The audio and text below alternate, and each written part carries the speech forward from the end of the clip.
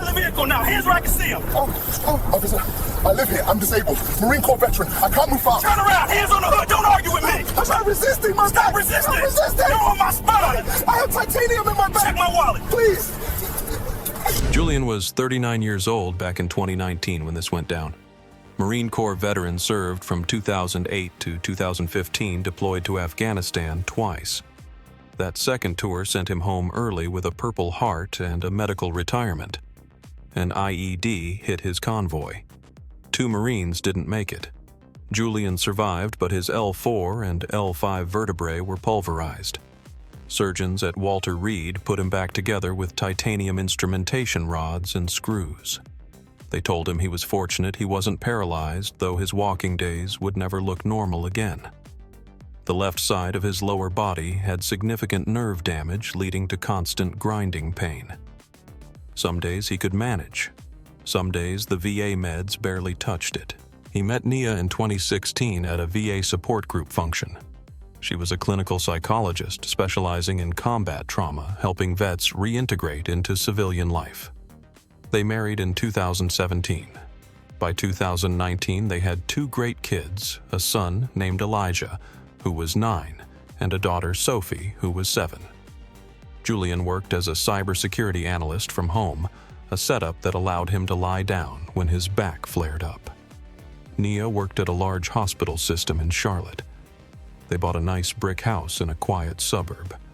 Good schools, quiet streets. They were one of the few black families on their particular block. Most neighbors were welcoming. Some were definitely not. Julian noticed the vibes. The way Mr. Vance across the street tracked him whenever he washed his SUV. How the couple 2 doors down pulled their kids inside whenever Julian came out to water the lawn. Subtle stuff, nothing overt enough to confront. Julian had dealt with far worse overseas. That Saturday started like any other. Nia took the kids to a birthday party for the afternoon. Julian needed to run a few errands. His Chevy Tahoe needed gas and a run through the wash. He filled up at the station on Independence Boulevard, then hit the automatic car wash next door. The deluxe wash, $12. The truck came out shining. Julian headed home. He was maybe a mile and a half from his driveway when he clocked the police interceptor. 2 cars back, just hovering in traffic. Julian didn't sweat it initially, but when he turned onto Providence Road, the cruiser turned too. When Julian took the left onto his residential street, so did the cruiser. Julian's gut tightened. He checked his speedometer, doing 25 in a 25 mph zone. His registration sticker was fresh. Tags were legal. All lights functional. He was meticulous about vehicle maintenance. The lights lit up 3 houses away from Julian's own. Red and blue strobing in his rearview mirror. Julian's palms started sweating against the steering wheel. He'd been pulled over 3 times since moving to the neighborhood 2 years prior. Twice for a dim license plate light that worked perfectly fine. Once because his vehicle matched a description of a truck involved in a robbery that Julian later learned involved a sedan. He pulled into his own driveway. If this was going down, at least he was on his own property. He put the truck in park, killed the engine, and placed both hands at 10 and 2 on the wheel where they were clearly visible. Julian had been trained by the Marine Corps to de-escalate situations. He'd also been trained by decades of being a black man in America to keep his hands where they could be seen and his tone deferential when dealing with law enforcement. The officer who approached his driver's side window had his hand already resting on his holstered weapon. Julian read the nameplate, Strickland. The body camera was clipped center chest, the little red indicator light showing it was active. Officer Strickland demanded license and registration. Julian stated clearly that he was going to reach for the glove box, moving his hand slowly. He retrieved the registration, then reached for his wallet in his back pocket, narrating his actions to the officer before taking them. Strickland ordered him to exit the vehicle. Julian asked politely why he had been pulled over. Strickland snapped, "Step out of the vehicle now." His grip tightened on his service weapon. Julian got out slowly. His left leg always dragged a bit. The nerve damage made his gait uneven and stiff. He steadied himself against the truck door and asked again what the justification for the stop was. Strickland ordered him to turn around and place his hands on the hood. Julian complied, asking if he could explain that he was a disabled combat veteran, that he had significant mobility issues, and that this was literally his house. Strickland grabbed Julian's left arm and wrenched it behind his back with excessive force. Julian's bad leg buckled. It always did when his balance was thrown off unexpectedly. The damaged nerves couldn't fire fast enough to stabilize his lower body during sudden shifts.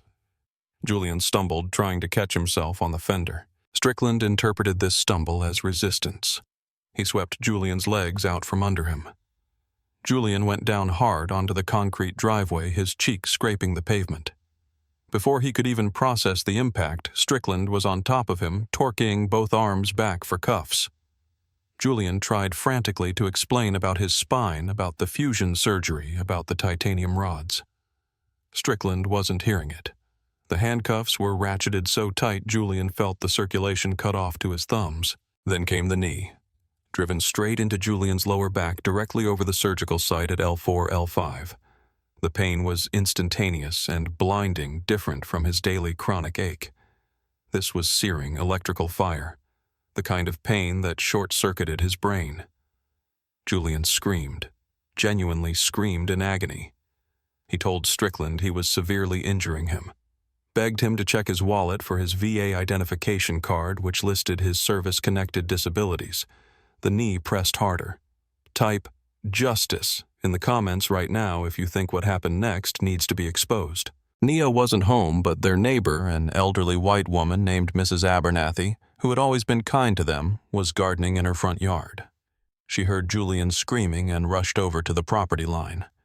She saw Julian face down on his own driveway, saw the officer putting his full weight on him, and immediately started recording on her iPhone.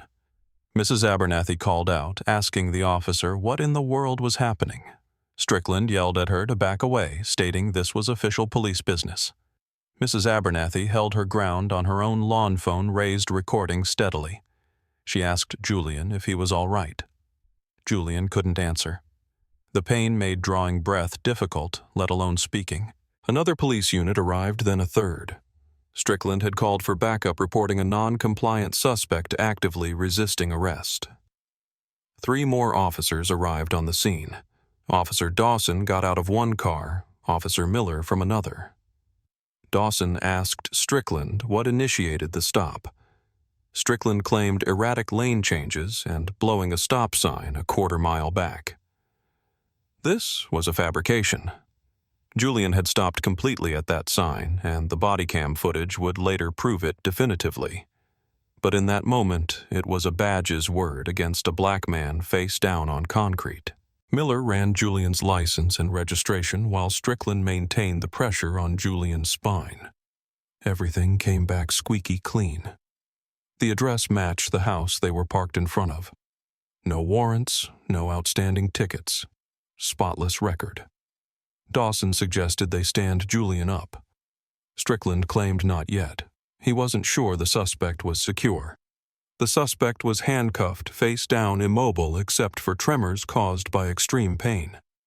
Dawson looked uneasy but didn't intervene further. Mrs. Abernathy was still recording. She yelled to the other officers that Julian was a disabled vet, that he lived right there, that she'd known him for 3 years, and he was an upstanding neighbor. Strickland ordered her to return inside her home or face arrest for obstruction. Then Strickland muttered something. It wasn't quiet enough. Mrs. Abernathy's phone microphone picked it up. The body cam absolutely picked it up. A vile racial slur followed by a comment about people like him, thinking they could live wherever they wanted. Officer Dawson's head snapped toward Strickland. Even she looked appalled. Miller suggested they call EMS immediately. Julian had stopped responding verbally. His body had gone limp. Whether from passing out from pain or just giving up, it was unclear. The ambulance took 14 minutes to arrive. For 14 minutes, Julian lay on that concrete driveway, cuffed with Officer Strickland's knee grinding into his fused spine. The paramedics had to ask Strickland twice to remove himself so they could assess the patient. Julian was semi-conscious. His blood pressure was dangerously high. When he could finally articulate, he rated his pain way past a 10. The paramedics asked about medical history. Julian managed to gasp out information about his spine, the fusion, the hardware.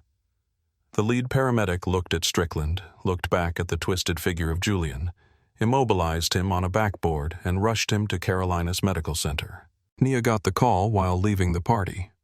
The hospital informed her Julian had been brought in by ambulance following an altercation with police. She dropped the kids with a friend and sped to the ER. Julian was in radiology getting scans. The attending physician, Dr. Evans, told Nia that Julian had severe acute inflammation around his previous spinal fusion site. The initial X-rays showed the titanium hardware was intact, but there was massive soft tissue trauma and swelling. They were waiting on MRI results to check for acute nerve impingement. Nia asked what happened.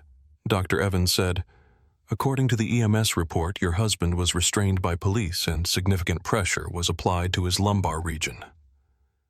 Dr. Evans, having seen similar injuries before, documented everything meticulously in Julian's chart.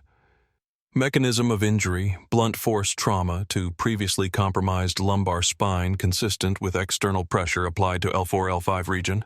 The MRI revealed 3 severely compressed nerves, the type of crush injury that could lead to irreversible damage if not treated aggressively. Julian was admitted for high-dose IV steroids and intense pain management. Mrs. Abernathy came to the hospital that evening.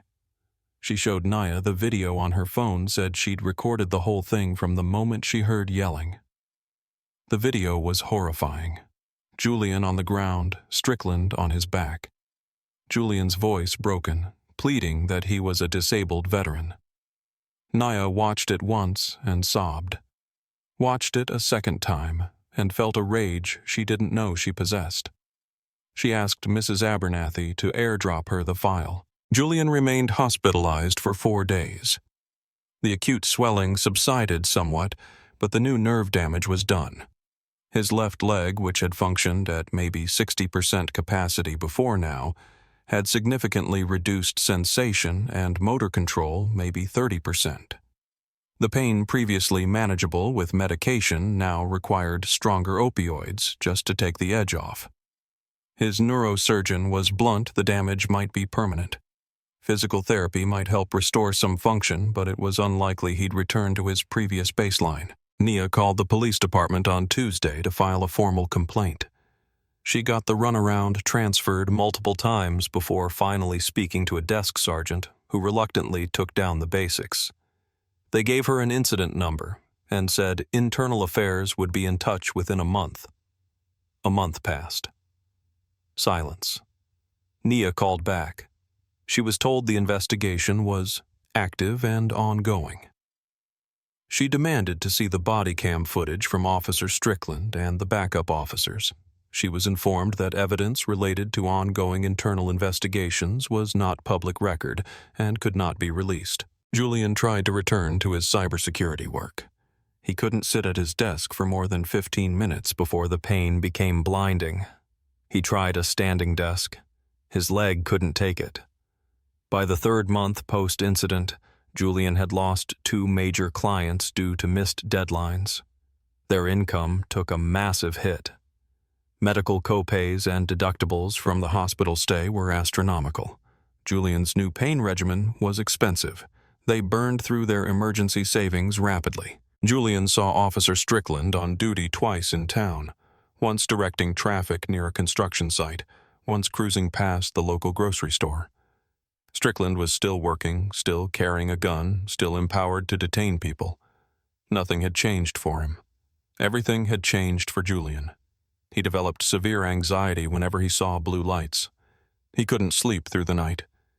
He became irritable with Elijah and Sophie over minor things, which crushed him afterward because he was never that type of father. Nia insisted on therapy. Julian went 3 times and stopped. He said reliving it in a chair just made the flashbacks worse. Still watching, comment below. Should officers involved in excessive force complaints be immediately suspended without pay until the investigation clears them? 4 months after the assault, Nia's brother mentioned a law school buddy of his, a civil rights attorney named Marcus Sterling based in downtown Charlotte who had a reputation for taking on tough police misconduct cases. Nia was wary. Lawyers meant a protracted fight, meant making their private nightmare public, meant reliving the trauma. But the medical debt was drowning them. And Julian's physical condition was deteriorating. And Officer Strickland was still patrolling the streets. Marcus Sterling was sharp, energetic, and in his late 40s. He listened to their recount without interruption in his sleek office. He watched Mrs. Abernathy's cell phone video 5 times, pausing and zooming. He reviewed Julian's extensive medical records, the hospital intake forms, the Marine Corps discharge papers detailing his combat injuries, and Purple Heart. Sterling asked if they had formally requested the police body cam footage. Nia showed him the denial letter from the city attorney. Sterling nodded grimly. "Standard operating procedure," he said. He agreed to take the case on contingency no fees unless they won a settlement or verdict. He warned them civil rights lawsuits against police departments were uphill battles. Qualified immunity was a massive hurdle designed to protect officers. The city had deep pockets for defense lawyers and endless tactics for delay. Juries were often instinctively pro-law enforcement. But this case had teeth. A credible, unaffiliated eyewitness with video. Irrefutable medical documentation showing acute new injury to an old wound. A decorated combat veteran with a clean record as the plaintiff. And critical body cam footage that the department was actively suppressing. A federal lawsuit was the only feasible way to pry that footage loose during discovery. Sterling filed suit 7 weeks later in U.S. District Court, naming Officer Kyle Strickland and the city as defendants. The suit alleged excessive force, unlawful seizure violation of civil rights under the 4th and 14th Amendments, and intentional infliction of emotional distress. They sought damages for medical costs, lost future earnings, pain and suffering, and punitive damages meant to punish the behavior. The city's response was textbook. They filed a motion to dismiss based on qualified immunity, arguing Strickland was acting within the scope of his duties and his use of force was objectively reasonable, given he was dealing with a non-compliant resisting suspect. Sterling filed a motion to compel discovery specifically demanding unredacted body camera footage from all responding officers.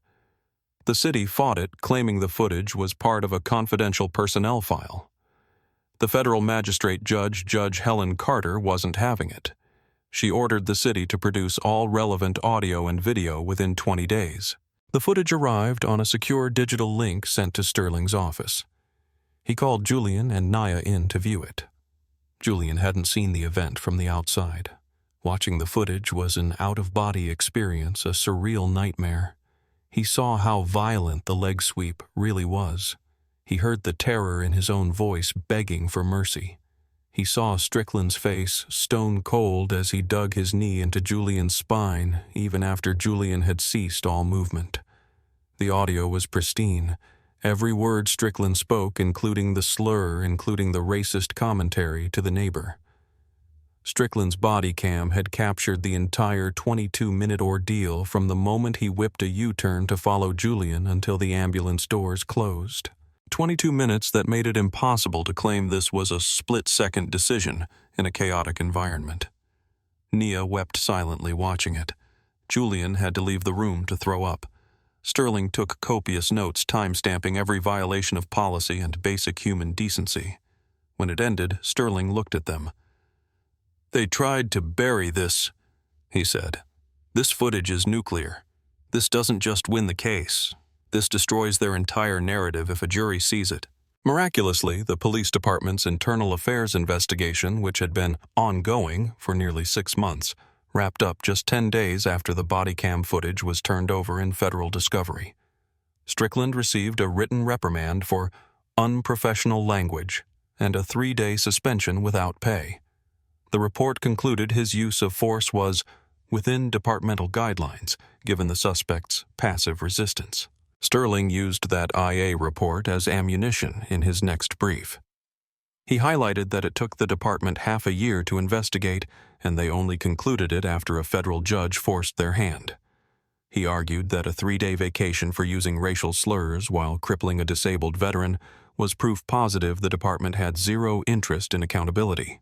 Then the body cam footage leaked. Sterling swore on his license it wasn't his office.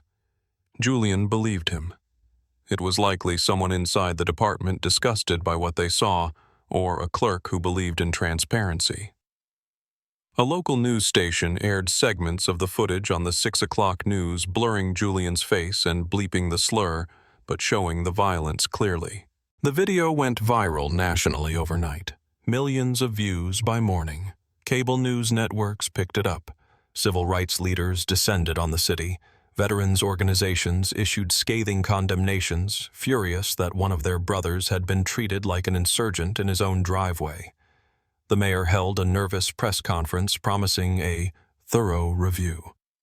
The police union issued a statement supporting Strickland, claiming the public was rushing to judgment without knowing all the facts. That statement landed terribly, as the video clearly showed 22 minutes of facts that required little interpretation. Protests erupted outside police headquarters. Hundreds of people, locals, activists, other veterans.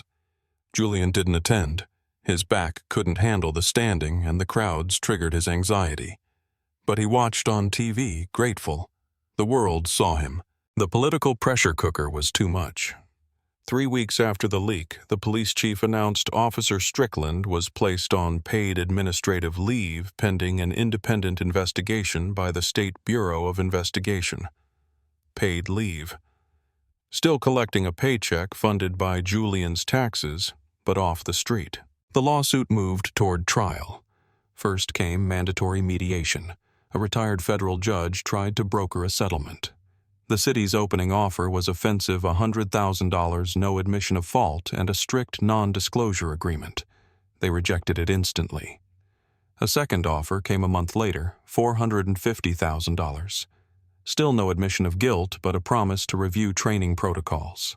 Julian and Nia agonized over it. $450K would wipe out the medical debt, cover the lost income for a while, stabilize them. But it felt like blood money designed to buy their silence. Julian asked Sterling about their trial prospects. Sterling was straight with them. Juries are wild cards. You never know who ends up in the box. They could win huge. They could lose everything. But that video was undeniable. A jury would see Julian begging. They would hear the slur. Sterling liked their odds. Julian and Nia talked late into the night for a week. They decided on trial. Not just for the money, though they desperately needed it, but for the public record, for accountability. They wanted a jury of their peers to watch that tape and say out loud that what happened to Julian Cole was wrong. The trial began on a Monday in April, nearly 2 years after the assault. Jury selection was grueling. Sterling worked to strike anyone who seemed religiously devoted to police. The city attorneys struck anyone who expressed skepticism of authority. They ended up with a jury of 8 diverse residents who seemed prepared to listen. The body cam footage was played in open court on day 2. The courtroom was dead silent, save for the audio from the recording. One juror openly wept. Another, an older man, glared at Strickland, his jaw tight. Strickland testified in his own defense. He stuck to the script. Claimed Julian was driving erratically. Claimed Julian was acting hinky and nervous during the stop. Claimed he felt an imminent threat when Julian stumbled. Claimed the knee restraint was necessary to control a large resisting male. He admitted to the slur, but categorized it as a regrettable slip of the tongue in the heat of a stressful moment, not reflective of his true character. Sterling's cross-examination was surgical. He asked Strickland to pause the video at the exact moment Julian threatened him. Strickland couldn't. He asked why a handcuffed man face down required a knee on his spine for 14 minutes. Strickland said, "To ensure compliance." Sterling asked if Strickland heard Julian identify as a disabled vet. Strickland admitted he did. Sterling asked why he didn't check the wallet for the VA card. Strickland said it wasn't a priority at the time. The medical testimony was devastating. Julian's VA surgeon explained the original combat injury showed the hardware and explained how the specific pressure applied by Strickland caused the new catastrophic nerve damage. Dr. Evans from the ER testified to Julian's agony upon arrival. Nia testified about watching her strong, resilient husband who had survived a war zone be broken in his own driveway. She described his descent into depression, the financial ruin, the terror their children now felt toward police. Julian testified last. He walked to the stand with a heavy cane, his gait laboriously slow. He spoke about the Marines, about the day he got hit in Afghanistan, about the years of rehab to get back to a functional life. He spoke about just wanting a clean truck on a Saturday. He spoke about the terror of realizing the officer wasn't going to stop hurting him no matter what he said. Sterling asked him how his life had changed. Julian talked about the constant, elevated pain, the humiliation of not being able to provide for his family, the panic attacks. He didn't embellish. He just told the truth. The city attorney tried to imply Julian was exaggerating his limitations for a payday.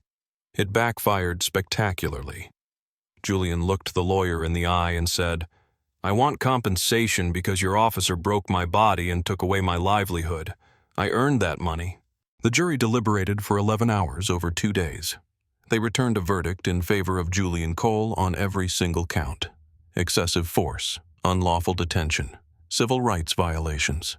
They awarded Julian $1.8 million in compensatory damages for medical bills, lost future wages, and pain and suffering. They added $750,000 in punitive damages against Strickland personally to send a message that this conduct was intolerable. A total of $2.55 million. The jury foreperson later told a reporter the body cam footage made the decision inevitable. They saw a public servant torture a disabled veteran because he didn't like his attitude or the color of his skin. The law gave them a mechanism to speak, and they spoke clearly. The city initially indicated it would appeal, but their insurance carriers intervened and forced them to pay the judgment. Officer Kyle Strickland was fired 5 weeks after the verdict. The state revoked his certification, ensuring he could never wear a badge again.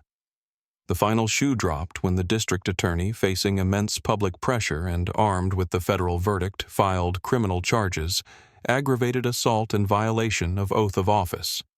Strickland took a plea deal rather than face another jury. He did 2 years in state prison. Not enough in Julian's book, but it was something, a cop behind bars for hurting a citizen. Rare. The money changed things. They paid off the crushing debt. They set up college funds for Elijah and Sophie. They bought a new house, single-story, fully accessible with wider doors, and a roll-in shower anticipating Julian's future needs. The police department was forced into reforms, revised use-of-force policies, mandatory de-escalation simulation training, and a new system to flag officers with multiple citizen complaints. Julian's physical health never truly bounced back. The nerve damage was permanent. 4 years after the incident, he used a wheelchair about half the time to manage pain levels. Some days he was bitter about what Strickland stole from him. But he was alive. His family was whole. They had forced the system to work, however imperfectly. 5 years out, Julian sat on his reinforced back deck watching Elijah and Sophie throw a baseball. Nia was gardening nearby. His back was screaming a solid 7 out of 10 pain day, but he was present. A police cruiser slowly rolled past on the street beyond their fence. Julian flinched. His heart rate tripled. He used the breathing techniques his therapist taught him. In hold out. The panic receded. Julian thought about that video footage often. It was out there forever now, a permanent record of his lowest moment. But it was also his salvation. Without those digital frames, he would have just been another resisting suspect, ignored by the system. Julian Cole was a disabled veteran brutally attacked by a racist cop in his own driveway. And Julian Cole was a disabled veteran who stood up, fought back in court, and won. Both things were true. The victory didn't fix his spine, it didn't erase the trauma, but it proved that accountability wasn't a myth, that transparency is the only disinfectant that works, and that sometimes if you have the evidence and the will to fight the truth, can actually prevail against power. That had to mean something. Julian chose to believe it did. Here is a lesson to take away from Julian's story. Justice in the real world is rarely swift and almost never perfect. Often the system is designed to protect itself rather than the victims of its abuse. But when we refuse to be silenced, when we demand transparency through irrefutable evidence like video, and when we have the courage to endure the painful process of holding power accountable in the light of day, we can force the arc of the moral universe to bend toward justice, even if just a little bit.